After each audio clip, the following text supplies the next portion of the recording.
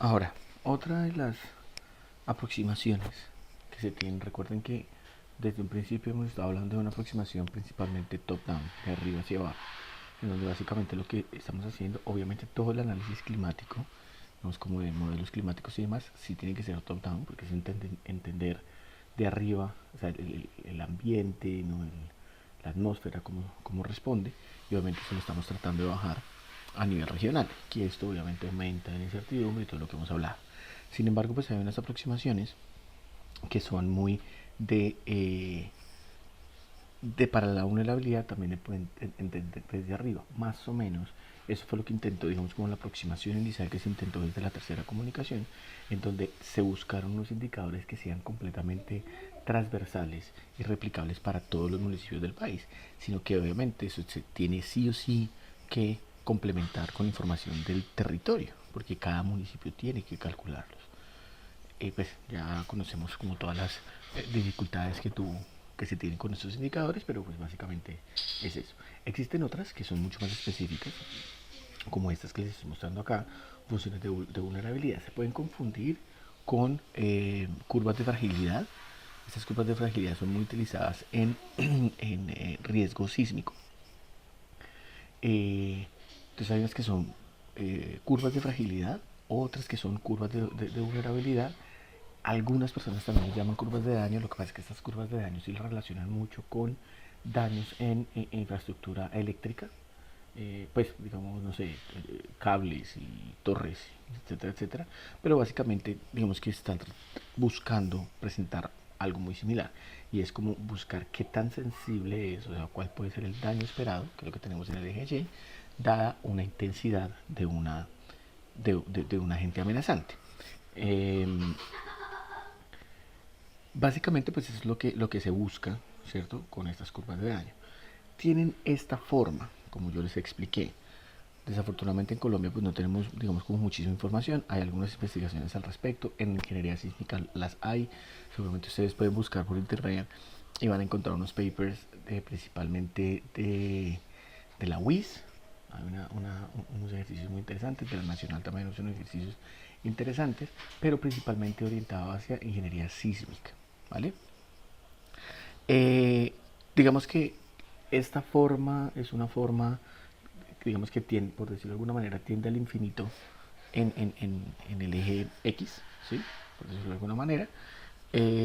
Y esto más o menos tiene una forma de distribución de probabilidad de log normal. Entonces imagínense eh, la distribución normal, que es la campana de Gauss, sino que los daños no se representan, que lo toman esa distribución normal, pero si se le saca el logaritmo a esos datos, sí tienen una distribución normal. Por eso se llama una log normal, ¿vale? Entonces hay personas que tratan de calcular estas curvas a través de esta distribución log normal y sacan los puntos para poder tener esta forma como de S, más o menos, que son los que ustedes ven ahí en esta gráfica, pero pues no es tan, digamos, como que el resultado no es como tan exacto. Lo mejor, obviamente, es poder monitorear, tener esos valores. En algunas ocasiones, yo que he logrado hacer de las mismas bases de datos que se descarga de Inventar, por ejemplo, o de bases de datos, en algunas ocasiones se tienen los costos, ¿cierto? No en todos. Por ejemplo, si ustedes van y miran el ejercicio que les compartí sobre Valledupar, realmente los que tienen costos son muy pequeños. Y ahí ya toca entrar a mirar el detalle, la descripción del evento como tal. Y en esos casos pues no es como tan fácil decir, efectivamente fueron 10 casas o fueron 50 casas. En los casos en los que esté, pues uno simplemente puede hacer una relación directa, ¿no? Vamos a decir cualquier cosa, que fueron 100 millones de pesos y se perdieron, se afectaron 5 casas. Entonces uno puede decir, ok, entonces significaría que son 20 millones de pesos por casa de pérdidas, y pues uno puede ir a buscar la intensidad del evento. Esa información también se puede buscar, eh, y va y mira digamos, como la tipología de la vivienda, y con eso pues uno sabe, ok, entonces esta vivienda con un sismo de esto, perdón, con un sismo no, con un impacto, con una intensidad, una amenaza dada, puede tener una pérdida de 20 millones y comienza a sacar esos puntos, ¿no? Como yo les decía, existe la forma más, digamos, como la que está más adoptada, y esto sí es adoptada internacionalmente por también las recomendaciones desde la ingeniería sísmica, es si no se tiene la información, hay todo un proceso. Ahorita les voy a pasar unos papers para que puedan leer cómo se estructuran las curvas de fragilidad. Como les digo, es muy hacia el tema sísmico, pero pues una de las recomendaciones que se da es, nada, pues comience a generar estas tipologías, comience a generar unas curvas, y a medida que tenga más información pues las va refinando hasta que tenga la curva, ¿vale? Eh, Perdón, los papers pues van a estar en inglés, pero pues simplemente para que ustedes los conozcan. ¿Listo? Estas son demasiado útiles, muy muy útiles, y el punto es que con esto pues ustedes que van a poder tener pues como unos resultados. Recuerden que esto es para cada punto, es decir, imagínense que voy a regresar un poco para cada uno de estos elementos que ustedes ven acá. Entonces imagínense que ustedes tengan que las viviendas de esta zona. Entonces acá yo estoy viendo que las viviendas están con mampostería, que tienen eh, puertas con un escalón a la entrada, pero de todas formas se encuentran a una altura de la vía. Entonces acá yo tengo una tipología de estructura, y acá de la infraestructura veo que la vía está pavimentada, hay luces, hay, perdón, postes de luz, ¿cierto? Hay tanques de agua en la parte superior. Uno comienza a identificar esos elementos y comienza a caracterizarlos. El, el, el ingeniero Martario Cardona, que es como uno de los líderes, o pues no líderes, digamos como de las personas que más ha trabajado los riesgos acá en Colombia, él estando en la Unidad Nacional de Gestión del Riesgo, cuando fue director, él creó todo un sistema, un software para, digamos, como análisis de riesgo, se llama CAPRA, y en este él tiene vinculado dentro de ese software CAPRA muchas curvas de daño. Y en algún momento yo me senté a hablar con él y a preguntarle cómo era, y me dijo, no, Oscar, literalmente fueron yo inventándome las curvas, ¿no? Y lo que pasa es que pues es un software y uno incluye esa información y pues sencillamente se puede modificar, porque es una curva, pues una serie de datos XY, ¿no? Entonces esas curvas se pueden generar, pero salen por tipología. Entonces en el CAPRA permite, uno entra y dice qué tipología tiene. Entonces es un edificio de mampostería de un piso con, no sé, con puertas. Y esa tipología tiene la curva y la va guardando en el CAPRA. El CAPRA no les digo que se pueda descargar porque obviamente es el negocio de Mardarío, entonces creo que ni siquiera lo vende. Pero pues ustedes pueden buscar, también hay unos videos en YouTube en donde más o menos explican cómo se utiliza el CAPRA, y ustedes pueden ver el tema de las curvas de daño. Ahorita al final de este video les presento estos links para que ustedes los conozcan también. Pero entonces lo que les decía, acá yo veo, digamos que todas estas viviendas tienen más o menos la misma tipología. Entonces yo puedo seleccionar un punto geográfico, ¿cierto? Para todas, digamos como para toda esta fotografía, en donde puedo decir que esa es la misma tipología de vivienda e infraestructura. La idea es que se sume el valor. Entonces digamos que yo tengo ahí, no sé, un parque, una vía y viviendas. Entonces se puede sacar la curva de daño cada una, ¿cierto? Se pone un porcentaje, como las viviendas corresponden al 70%, la infraestructura al 20% y los parques al 10%, y se suma el daño esperado aritméticamente y se tiene el daño esperado para ese punto en específico. Y si tiene una coordenada X, que sería este, Y, que sería el norte, y Z, que sería el daño esperado. Y con eso pues se pueden obtener resultados como este que les voy a mostrar.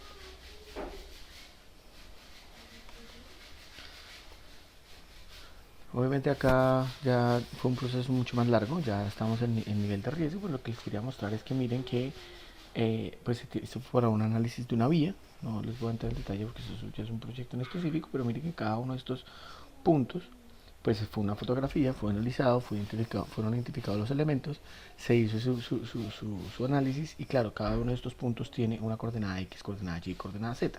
Y al tenerlo de esa manera, pues básicamente lo que pudimos hacer fue una curva, perdón, una extrapolación espacial para poder tener esos valores. Digamos que son resultados un poco más gráficos. Recuerden que esto, eh, lo que siempre se ha dicho, lo importante es saber cómo presentar los resultados. Esto obviamente presenta, digamos que es mucho mejor para una persona que toma decisiones. En este caso, solamente para que vean, pues ellos estaban interesados obviamente en conocer cuáles eran las zonas de mayor riesgo. Pues miren que evidentemente se nota que en esta parte no se tiene un mayor riesgo que en esta parte inicial, ¿no? Pero bueno, más o menos ese es el tipo de resultados que se pueden obtener. Esto ustedes lo pueden tener, digamos que estas interpolaciones las pueden hacer con diferentes software, no sé, ArcGIS lo hace, ¿no? En los casos en los que no los tengan, porque obviamente es un software que tiene un costo, eh, pues hay otras formas que ustedes lo pueden hacer. En mi caso, yo utilizo uno que se llama Surfer, es un software que es gratuito, ustedes lo pueden. Entonces les voy a mostrar cómo funciona Surfer, que se necesita sencillamente un archivo en el que se tenga valores XY y Z, obviamente. Entonces normalmente se utiliza, puede ser en Excel o un archivo separado por comas, en donde cada uno de los puntos tenga un valor de norte, y un valor en Z, ¿no? Como yo les decía, es el ejercicio que les estaba mostrando ahorita de la vía. Es algo bastante sencillo. Obviamente el punto es para que cada uno de esos puntos pues tenga su resultado, y así es como se obtiene ese valor de acá. Miren lo que yo les decía en algún momento, este ejercicio que hicimos acá, ya lo van a ver más adelante, yo lo estoy haciendo con una metodología que realmente no genera valores eh, cuantitativo, sino es un ejercicio más cualitativo, y al final yo le genero unos rangos. Por estos valores que ustedes ven acá, pues están tan cerrados, 4 5 3 5, ¿no? Es como completamente cerrado.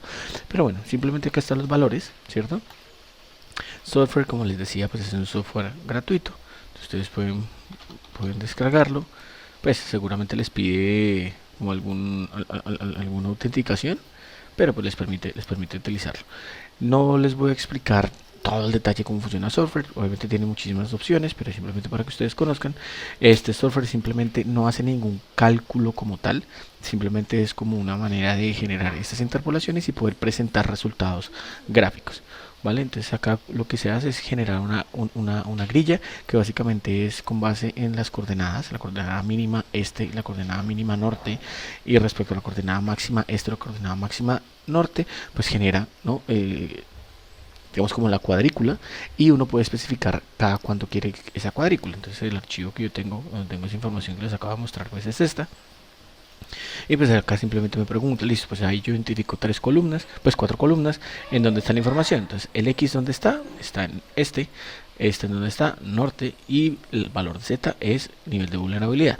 Y básicamente lo que existen diferentes métodos, esos son unos métodos estadísticos y geoespaciales para poder hacer esta interpolación geoespacial. Existen varios métodos, acá hay listados algunos, cada uno tiene algunas diferencias matemáticas.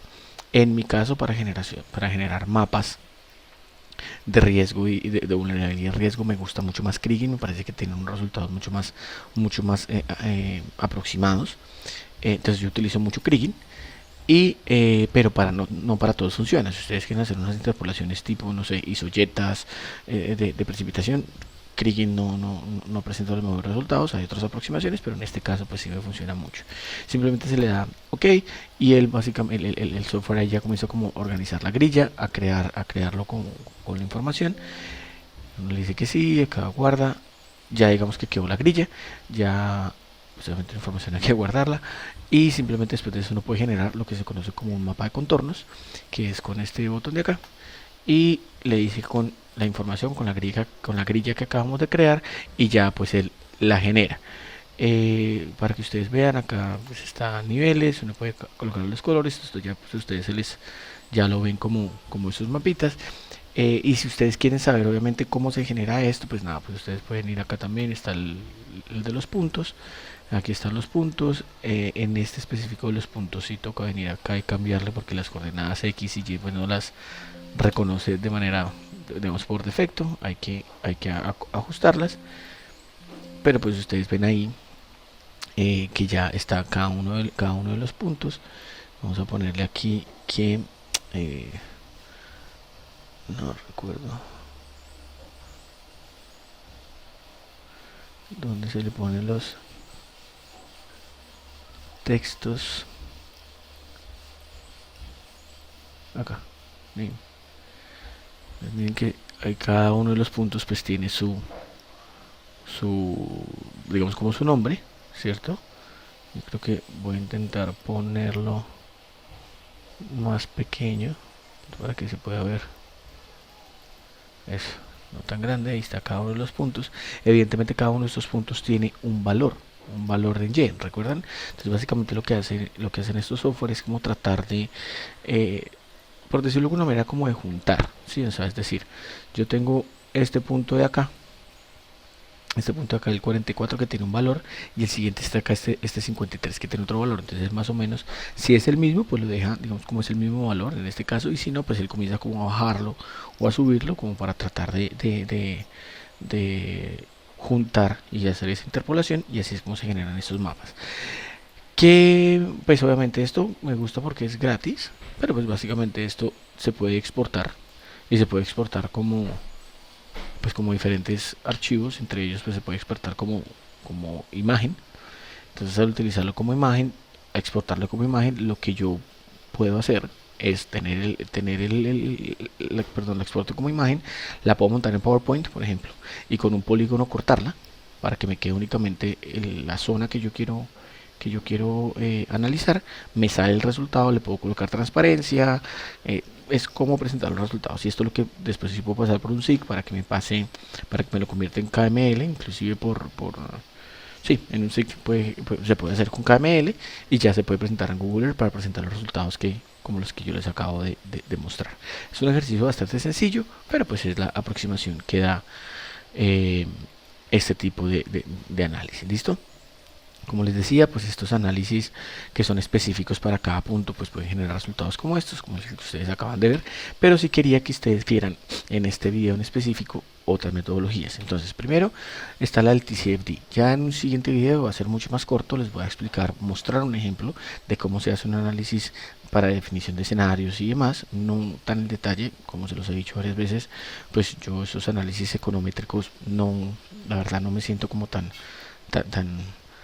conocedor.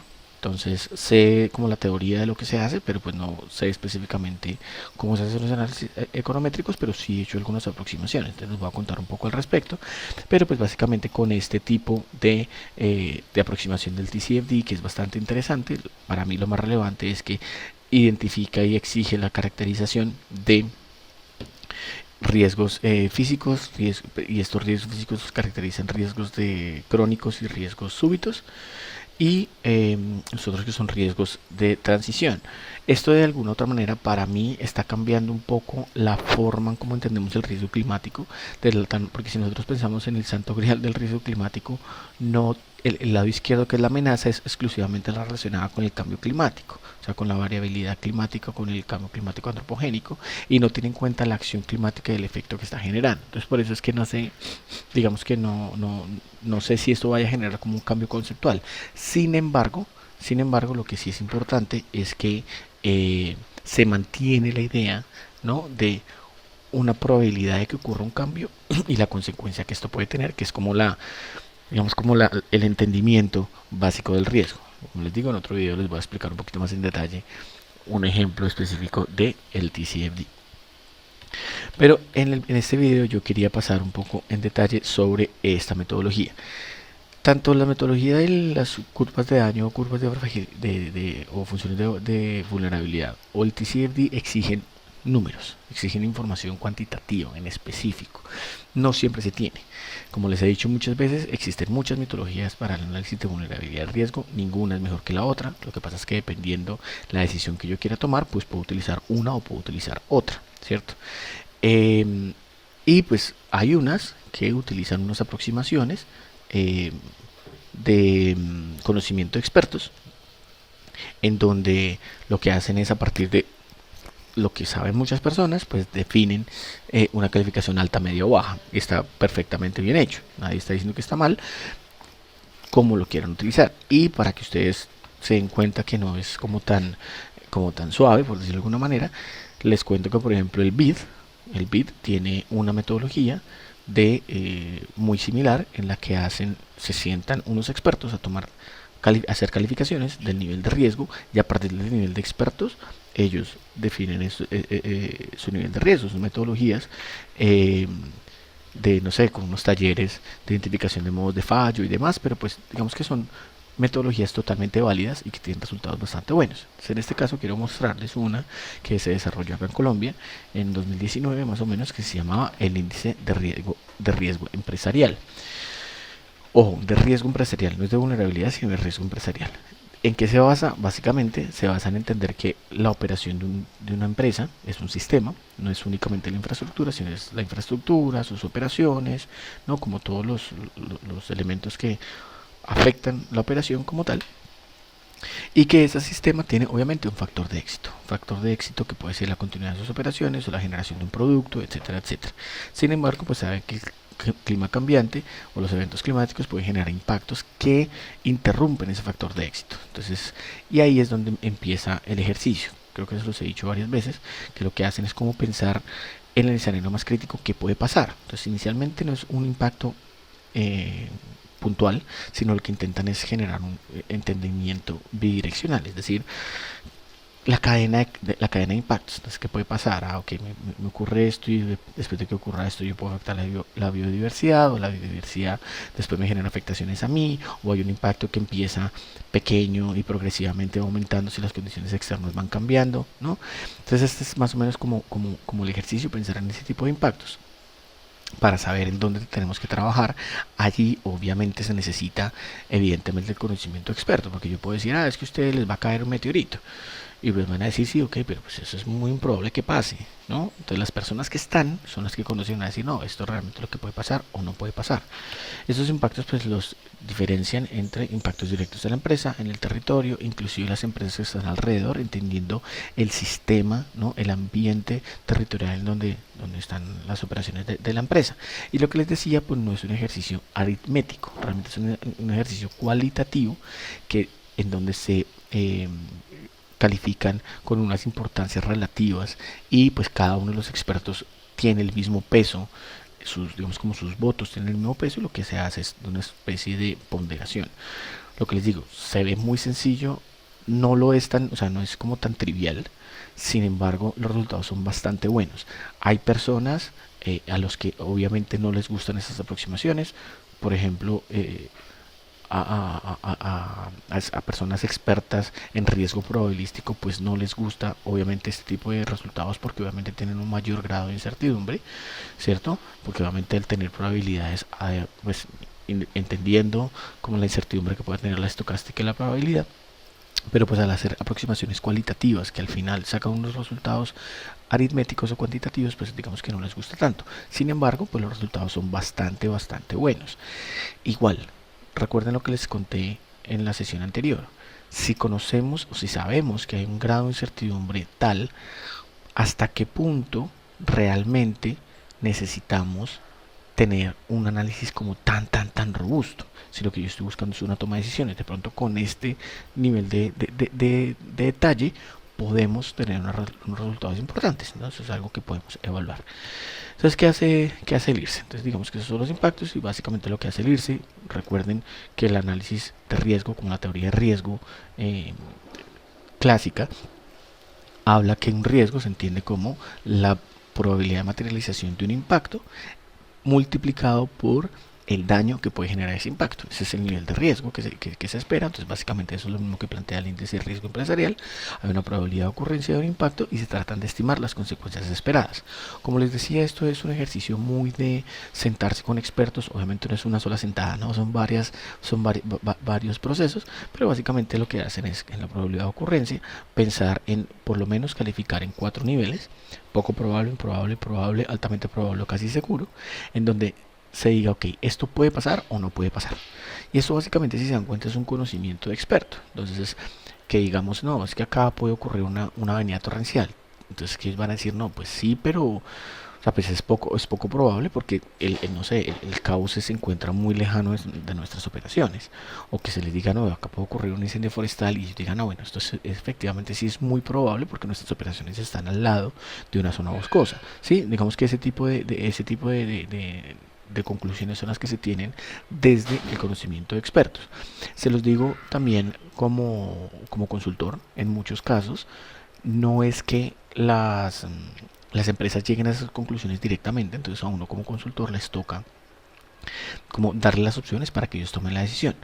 Consejo, replico un mensaje que me dio a mí un profesor de la maestría. Me dijo, si usted se va a dedicar a la consultoría, usted no le va a dar la respuesta al cliente, usted le va a dar las opciones para que el cliente tome la decisión de la respuesta que necesita. Eso es lo que nosotros hacemos acá. Cuando se le apoya a las empresas, les dice, mire, estas son las diferentes opciones, usted escoja de estas cuál cree que es la más probable, y ellos comienzan a hacer esas calificaciones. Pero si se dan cuenta, son calificaciones netamente cualitativas, ¿no?, de la percepción que se tiene. Obvio, si se tiene información, si es posible hacer análisis probabilístico para poder tener esos resultados mucho más detallados, buenísimo, mejora el resultado, espectacular.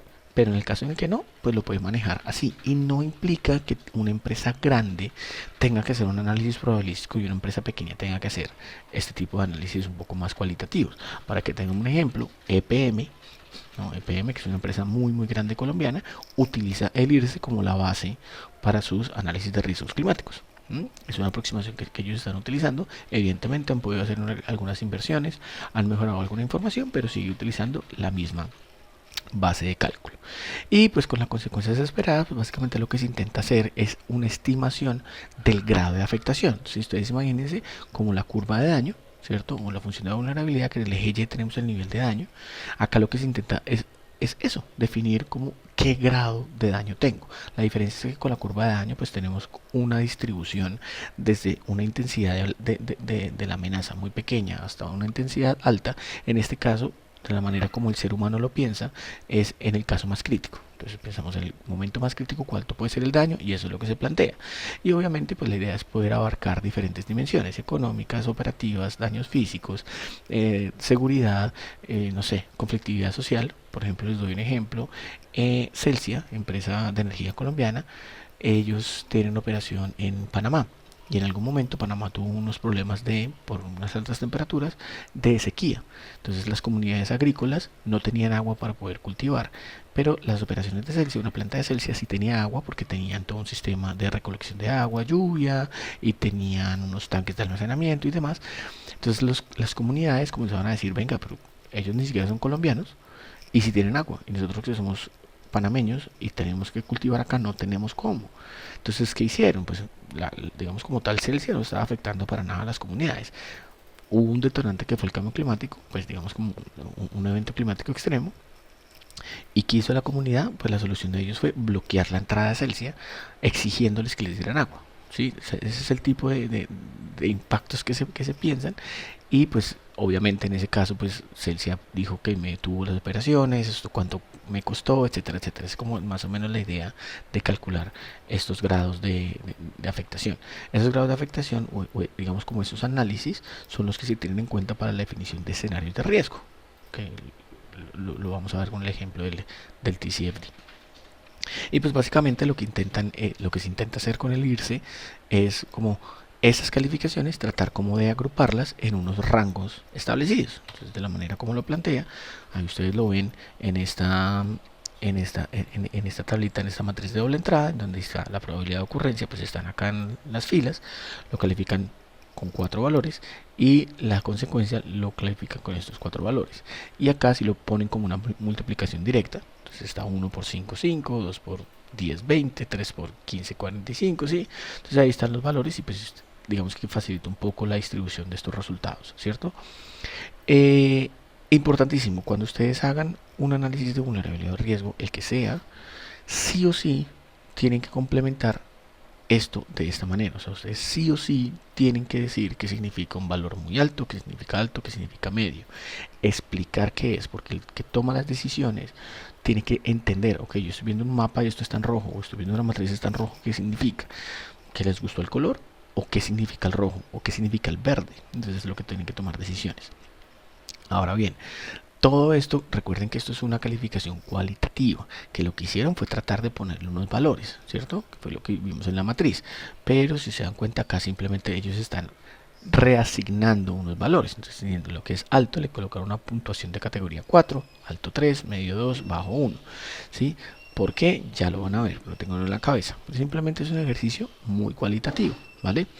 Ahora, esto es el IRSE, índice de riesgo, ¿cierto? Entonces no está ahí, no están calculando la vulnerabilidad. ¿Qué pasa? Que el IRSE, pues cuando se definió la metodología, se planteó obviamente que la amenaza pues es un agente externo que no se puede de alguna otra manera controlar, ¿cierto? Entonces dicen, listo, entonces vamos a enfocar en la vulnerabilidad y la exposición. La exposición sabemos que estamos expuestos, entonces tampoco se van a enfocar. Entonces vamos a enfocar específicamente en la vulnerabilidad. Es decir, no es la aproximación matemática exacta, pero pues ellos están diciendo, ok, el hecho que yo tenga riesgo es porque tengo vulnerabilidad. Digamos que conceptualmente no está tan mal pensado, ¿no? Lo que pasa es que ya asumen las otras dos y por eso se genera el riesgo. Pero entonces lo que dicen ellos es, la vulnerabilidad, recordemos que es una función de la capacidad de adaptación y la sensibilidad. Entonces dicen ellos, listo, entonces si yo tengo básicamente que hay una relación directa entre la vulnerabilidad y el riesgo, yo ya tengo el riesgo calificado, lo voy a asumir como si fuera la vulnerabilidad, y si yo quiero identificar cuál es la sensibilidad para poder calificar esta vulnerabilidad, tengo que identificar cuál es mi capacidad de adaptación. Entonces lo que hacen ellos es al resultado del irse afectarlo por la capacidad de adaptación. No es una suma directa, tranquilos, pero eso es digamos como una afectación de la capacidad de adaptación. Esa capacidad de adaptación, ¿cómo la califican? Pues básicamente lo que se intenta hacer es tener en cuenta como unas dimensiones, y estas dimensiones lo que intentan hacer es una identificación de variables transversales. Puede ser planificación gubernamental, empresarial, territorial, inclusive, recursos económicos, físicos, variables sociales, inclusive, o sea, si ustedes lo piensan, por ejemplo, el grado de conocimiento o apropiación de los empleados de o colaboradores de una empresa en temas de cambio climático. Eso mejora la respuesta, eso mejora la reacción o la voluntad que se tiene para poder trabajar y planificar el cambio climático, o la gestión del cambio climático. Entonces digamos que todo eso va mejorando esa capacidad que tenga o esas habilidades que tiene la empresa o el territorio, porque también funciona igual, para hacer frente al cambio climático. Eso es básicamente lo que intenta hacer la capacidad de adaptación. ¿Cómo lo pueden evaluar? Igual, si se tienen indicadores, ya lo vamos a ver un poquito más adelante, si se tienen indicadores perfectos, si no se tienen indicadores, recuerden que la tercera comunicación tiene unos, ¿no? Hay otros métodos, pero si se tienen indicadores bien, si no, acá pueden hacer exactamente lo mismo que se hizo con el riesgo, en este caso del IRSE, lo que hacen es una calificación de muy cualitativa. Entonces, básicamente lo que hacen es generar una matriz de doble entrada en donde se tienen. Recuerden que les dije que en el riesgo estaban esos valores y lo que hicieron fue una reasignación de valores, entonces está el 1, 2, 3 y 4, ¿cierto? Y la capacidad de adaptación pues la calificaron así. Obvio, miren que acá son varias dimensiones, entonces a cada una de estas dimensiones pues hay que ponerle un peso para poder tener el resultado final, y pues a ellos les da que pueden estar en estos valores, y lo que hacen es simplemente una multiplicación. Recuerden que la vulnerabilidad con la capacidad de adaptación tiene una relación inversa. Entre mayor capacidad tengo, menor vulnerabilidad tengo. Entonces por eso es que en este caso, miren que la distribución de valores y de colores de la matriz de doble entrada está al revés. Lo rojo está acá abajo a la izquierda y lo verde está arriba a la derecha. Entre mayor capacidad de adaptación tengo, pues los valores van más hacia la derecha y hacia arriba. Y con eso pues se obtiene el valor de la vulnerabilidad climática empresarial, pues que así es que lo denominan. Y de la misma manera como se especificó para el riesgo, pues acá hacen una, ¿no?, clasificación de qué significa un valor alto o muy alto o bajo. Eso por un lado, y por el otro pues quería mostrarles, antes de pasar a esto, quería mostrarles el ejemplo de las acá, no me salió. Quería mostrarles el ejemplo de uno. Acá está uno de los papers que les comenté para la estructuración de los de las curvas de daño o curvas de fragilidad. Acá ustedes lo pueden obviamente revisar. Pues como les decía, el archivo está en inglés. Esto fue desarrollado con apoyo del Banco Mundial, pero básicamente acá en la página 23, si no estoy mal, 26, 23 sí, más o menos, pues ahí explican, digamos, como todo este ejercicio para poder generar funciones de vulnerabilidad es la parte matemática de cómo se puede generar. No les digo que se lo aprendan, si lo quieren leer pues para aumentar sus conocimientos está bien, porque digamos que hay bastantes cálculos al respecto, y pues digamos que se necesita como cierto conocimiento de física y de cálculo para poder entender como las aproximaciones que hacen, pero pues básicamente acá les explican cómo se pueden obtener esas funciones. Como les decía, esas funciones de vulnerabilidad fueron, digamos que inicialmente generadas para la ingeniería sísmica, están muy desarrolladas para la ingeniería sísmica, entonces aquí ustedes van a encontrar mucho está relacionado con sismos, pero pues digamos que lo que se ha tratado de hacer es poder aplicar esos conocimientos a riesgos general, y ahora pues lo estamos tratando de aplicar en cambio climático. ¿Listo? Esto por un lado, y por el otro que también quería mostrarles acá en YouTube. Ustedes pueden buscar este canal, que el canal es segundo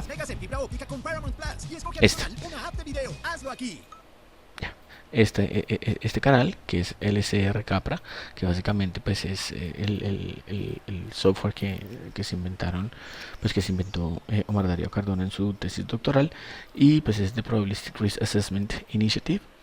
Y pues básicamente con esto es un software muy completo. Él sí hace con ese software, hace todas las modelaciones, hace modelaciones climáticas, hace modelaciones sísmicas, modelaciones de, de